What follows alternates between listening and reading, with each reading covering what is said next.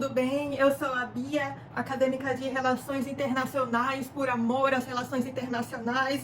Lembrando que eu não sou uma professora, sou simplesmente uma pessoa que adora esses temas e quer conversar e debater sobre esses temas com vocês. Então sintam-se à vontade. Eu havia prometido que o próximo vídeo seria sobre o conflito Israel e a Palestina.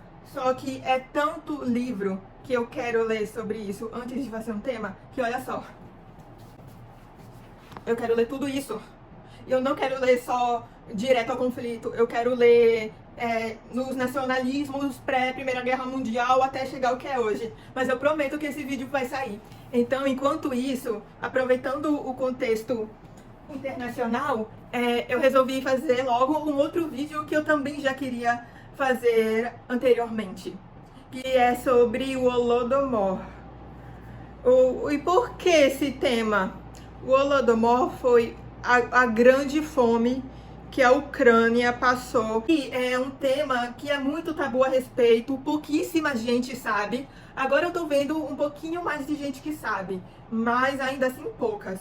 E como a Ucrânia tá aí no debate internacional por causa das ameaças da Rússia, eu achei que seria legal falar sobre isso também. Afinal, o Holodomor, essa fome, essa luta que a Ucrânia vem tendo desde sempre faz parte de sua memória. E muita gente não enxerga isso, prefere não acreditar, fechar os olhos. Então, eu espero que vocês gostem muito desse vídeo. Eu li bastante, eu pesquisei bastante, então podem ter certeza que as fontes foram confiáveis. E mesmo assim, eu não quero mostrar quem é o culpado do acontecimento, se a Rússia é malvada ou não. Assim, a história da Rússia é uma história gigantesca, desde antes dos Cesares até agora com o Putin, é um período enorme.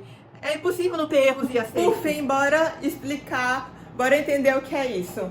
Holodomor veio da língua ucraniana, de Holod, que significa fome, e Mor, que significa morrer. E junto a palavra Holodomor significa assassinado por fome. Por isso que é o nome que se dá à grande fome da Ucrânia dos anos de 1932 para 33.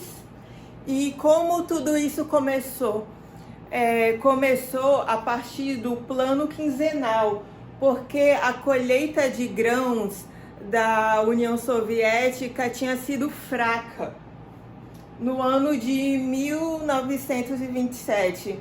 Aí qual foi a ideia da Rússia? Eles queriam colher mais grãos para conseguirem mais dinheiro, mais recursos, e com isso surgiu a ideia de fazer uma coletivização forçada. Por causa da tensão do suprimento alimentar, e também poderia ter uma eventual guerra, eles começaram ou seja, os lares das pessoas, suas propriedades passaram a ser transformadas em fazendas coletivas e a ser do Estado. Não era mais seu. Os trabalhadores trabalhavam exaustivamente pelo governo, chegando a ter morte por fome. A partir de então, começou a surgir uma resistência camponesa que não aguentava mais isso. Que se chamavam principalmente os kulags. Não confundir com gulag, os kulags, que eram pequenos agricultores que a Rússia os considerava inimigos, que participavam de atividades antirrevolucionárias. Para Stalin, esses eram potenciais líderes de uma insurreição contra o governo, e por causa disso eles deveriam ser presos, transferidos para campos de trabalho ou executados. Os soviéticos eram armados e potentes e teriam uma difícil vitória em uma batalha campal entre campos, porque os camponeses estavam dispersos pelos campos, não estavam unidos como o exército russo estaria, né? Aí qual foi a solução que Stalin deu para isso? Já que não pode ter um conflito direto, bora deixar eles com fome. E tem relatórios sobre isso. Depois eu explico. Em 1932, chegaram relatórios sobre a fome em Moscou. Inclusive, também havia uma ameaça de fome em locais rentáveis. Olha só, mesmo em locais com alta produção, ele ameaçava os agricultores, os camponeses de fome por medo de uma resistência contra o tratamento que recebiam. Isso levou a sublevações em massa na Ucrânia, que foi o país mais afetado. Olha, o mais afetado, mas também não foi o único. Também teve o Cáucaso, que é aquela regiãozinha que está embaixo da Rússia, tem a Geórgia, e o Cazaquistão. Essa indignação com o trabalho exaustivo, pela coletivização, surgiram manifestações camponesas. Entre elas está a restauração de ferramentas e rebanhos confiscados. Suas fazendas não eram suas, seus rebanhos não eram mais seus e os camponeses queriam de volta. Liberdade comercial, inclusive para pequenos artesãos e pequenos comerciantes. Eu tenho uma história para te contar sobre isso. Eu sou filha de cubano, meu pai é cubano. E quando ocorreu isso em Cuba, o governo do nada e começou a ativizar, a tirar tudo que a família de um amigo dele tinha, que era uma barbearia. Fecharam a barbearia dele. O menino, que no caso era pequeno, se lembra de chorar, e a mãe dizendo que era tudo que eles tinham, que agora eles não tinham mais nada, porque dessa pequena barbearia era onde surgia toda a renda deles. Não foi diferente na Ucrânia. Reabertura da igreja, porque a Rússia sempre foi cristã ortodoxa. Inclusive, usou muito disso para se expandir territorialmente, gerar uma influência sobre os Balcãs. Por causa do marxismo, da influência, eles acabaram com a religião. Ninguém mais poderia ter uma religião em Cuba. Meu pai era católico, ele não pôde ir mais para a missa. Derrubaram todas as estátuas de santos católicos que tinham em Cuba. Ninguém podia ter uma imagem de Cristo em casa. E tanto que quando meu pai chegou ao Brasil, ele começou a praticar o catolicismo bem direitinho, da forma que ele queria, porque ele não tinha esse direito em Cuba. Reabertura da igreja, restituição de bens, que é de volta os seus bens que lhe tiraram, a volta dos deportados, e eram contra a coletivização, eu sempre erro essa palavra, das vacas leiteiras.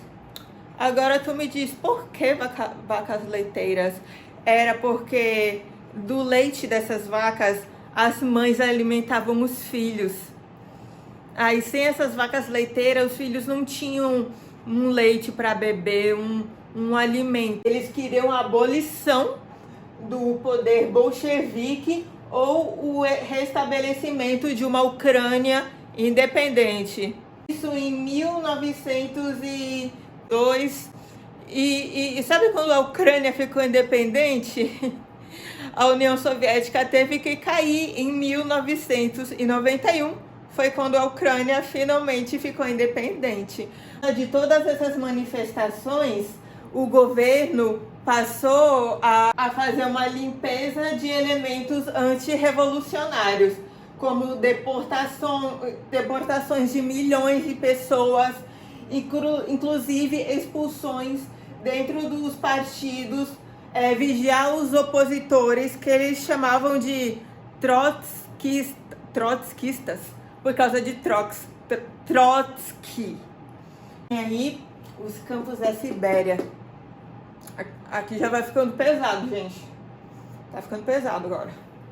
Várias pessoas eram mandadas aos campos da Sibéria, uma região longe da capital, um local muito ao norte, muito gelado, inóspito, assim. Mandaram trabalhar lá por falta de meios técnicos e usaram da força humana para empreender os seus projetos, né? Não tinha tecnologia, isso tudo é muito agrário. As condições de trabalho eram assustadoras, comida insuficiente e execrável, falta de ar, etc. E isso tá num filme. Depois eu vou falar para vocês dos filmes que eu recomendo. E um deles é Sombra de Stalin, que mostra isso direitinho. A mortalidade da Sibéria era de 35 a 40 pessoas por dia. Era um lugar muito frio. E a Sibéria era uma região muito rica em recursos naturais, apesar de toda essa distância, de todo esse frio. Isso era poder para a Rússia, isso era riqueza. E a Sibéria... Uma vez celeiro da Rússia, a Ucrânia foi atingida de forma particularmente dura, mas o mundo pouco sabia sobre isso. Entretanto, outros viam o que estava acontecendo. Arthur Koestler visitou a Ucrânia. Ele olhou para fora de seu vagão de trem e viu crianças famintas que pareciam embriões fora de garrafas de álcool. As estações eram repletas de camponeses pedintes enfileirados, com mãos e pés inchados. As mulheres erguiam nas janelas dos vagões crianças horríveis, com enormes cabeças com tremedeira, braços e pernas semelhantes a varetas e barrigas inchadas e salientes. A fome havia apagado qualquer traço de juventude de seus rostos, transformando-os em gárgulas torturadas. Apenas em seus olhos ainda restava a lembrança da infância.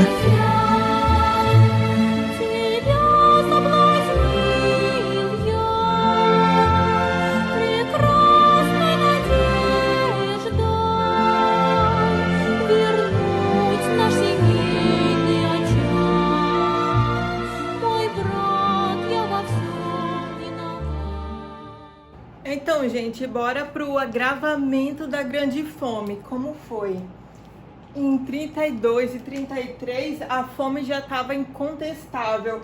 Mais de 6 milhões de vítimas e, diferentemente das fomes anteriores, com intervalos regulares, essa fome tinha a característica de ser contínua, de não parar e voltar. E que medidas Stalin fez? Se flagrasse alguém pegando ou roubando algum dos grãos que deveria ser para o Estado, a pessoa poderia ser fuzilada, deportada, dentre outras medidas duríssimas, e uma prisão por mais de 10 anos.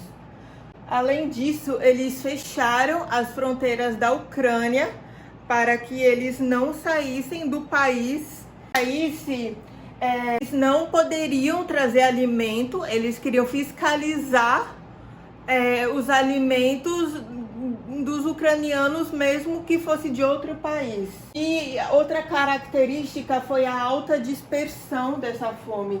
Os mais vulneráveis iam primeiro, que era o caso de idosos e crianças, por desnutrição. Essa parte é bem pesada. Alguns comiam cachorros, sapos, pássaros, assim, a madeira das árvores, assim, qualquer coisa. E houve, inclusive, canibalismo. Eu li vários relatos sobre isso, inclusive vi até fotos de pessoas que haviam praticado isso, mas eu realmente achei muito pesado colocar no vídeo. Eu acho que o YouTube poderia até bloquear, mas é uma triste realidade, infelizmente. Tanto que, enquanto eu procurava material, eu li esse trecho. O autor soviético que disse: antes de morrer, as pessoas perdiam seus sentidos e deixavam de ser seres humanos. É como se virassem animais em busca de um alimento. Tanto que tem até aquele livro, A Revolução dos Bichos, que faz uma referência a isso, de George Orwell, e é uma crítica ao totalitarismo. Algumas mães lançavam seus filhos por vagões de trem na esperança de que alguém pudesse carregá-los e quem sabe desse um destino melhor a eles. Mas isso também dependia muito do destino aonde esse trem iria, que no caso, se fossem a Kiev, Lviv, Cracóvia, na Polônia, e Odessa, eles cairiam enterrados em valas comuns. Da viagem, enterrar aonde desce. A resistência passou a esconder, roubar e até queimar uma parte da colheita pela noite como resistência a Stalin. E só lembrando que nenhuma parte dessa colheita ia para os camponeses. Então dizer que os próprios camponeses queimavam seus alimentos e sabotavam os outros, que eu vi como argumento negacionista, é completamente inválido, que nada ficava para os camponeses. E com isso foi proclamada a Lei das Espigas, que dava 10 anos em Gulag, ou seja, os campos de trabalho de Stalin, ou até pena de morte. E com isso houve a condenação de mais de 120 mil pessoas, das quais 540 a pena de morte. E o que fizeram além disso? Passaram a ter visitas para aniquilar a resistência de sabotadores nos campos. Em caso de prosseguimento da sabotagem, a população era passível de deportação em massa, o que podia incluir vilarejos inteiros, povoados inteiros. A partir de então, Stalin enviou seus comissionários para reprimir os últimos remanescentes da oposição, incluindo o uso da força com tanques, metralhadoras, igrejas eram saqueadas e monges e freiras eram deportados. Afinal, era um regime anti-religião. Alguns ativistas do partido e bolcheviques começaram a se rebelar, passaram a não concordar com o que estava acontecendo, com as ordens de Stalin. E depois disso, a coletivização foi diminuindo, até porque a sabotagem teve sim uma força, e Stalin passou a culpar os oficiais locais por todo esse problema, e os camponeses passaram a fugir para a cidade porque viam que nos campos não estavam conseguindo sobreviver, não estavam conseguindo ganhar vida. Para finalizar, somente após o final da União Soviética e a independência da Ucrânia foi possível que se pudesse falar publicamente sobre isso.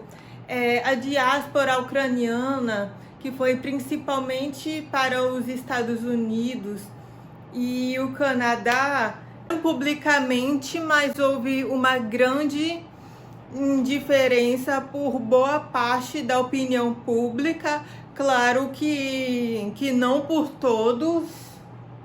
E a oposição anteriormente da União Soviética e da Rússia hoje, que hoje a Rússia nega a fome. Admitiu a fome de 25, mas a de 30 eles não reconhecem.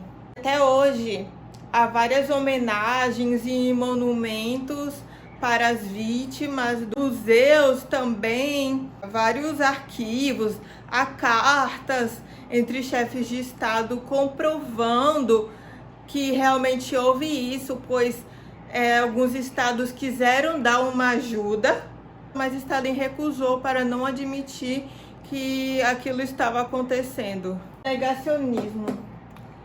O negacionismo tem muito, infelizmente, até hoje. O que se costuma dizer é que isso foi uma história inventada pelo Ocidente, pelos Estados Unidos, para desclassificar a Rússia e a União Soviética. Mas, gente, não tem nada disso, não. Aí tem uns livros como o Ocidente criou a fome, umas coisas assim, mas, gente, meu pai, ele é cubano, ele passou a maior parte da vida no bloco socialista, ele nasceu em Cuba, ele viveu na Armênia, depois na Rússia, e não há a menor dúvida que realmente tem acontecido isso. Então, não é algo que só o bloco ocidental acredita. É só ver os ucranianos e até os poloneses reivindicando. Para lembrar de algumas coisas, assim, muitos se perguntam, por que Stalin forjaria uma fome? Gente, é um regime totalitário. Os camponeses já estavam cansados da exaustão do trabalho, da coletivização, de não receber nada em troca para comer. E afinal, eles não saberiam lutar em campos, não tinha como, então a fome era algo mais fácil. Mas os próprios grandes camponeses, gente, grandes camponeses, todo mundo perdeu tudo, coletivizaram de todos, não queriam saber de quem era grande, quem era pequeno, todo mundo perdeu. Então, que os camponeses, eles mesmos queimavam e sabotavam a colheita. Mas, gente, a colheita nem ia para os próprios camponeses, a colheita era toda para Stalin, para o governo. E as fontes foram principalmente sites e páginas ucranianas mesmo, ou até canadenses de museus. Eu vou até deixar na descrição também das fotos. E a parte legal, os filmes. O melhor é A Sombra de Stalin, que é um filme polonês, também no original é Mr. Jones, que fala de tudo isso. É sobre um fotógrafo, um jornalista fotógrafo que quer fazer uma reportagem na Ucrânia, estava achando aquilo muito estranho. É muito interessante, é o melhor. E também é um pouquinho pesado. Esse não é bem sobre o Holodomor, mas é bem legal também. O filme é 1918, Batalha de Krut. Tem retratos de uma guerra, tem o Winter on Fire, que é um documentário bem atual sobre as manifestações de 2014, de quando a Ucrânia tentou entrar na União Europeia, mas o então presidente, que era pró-Rússia, não quis deixar que entrasse. Então é isso, gente. Desculpe pela demora. Obrigada.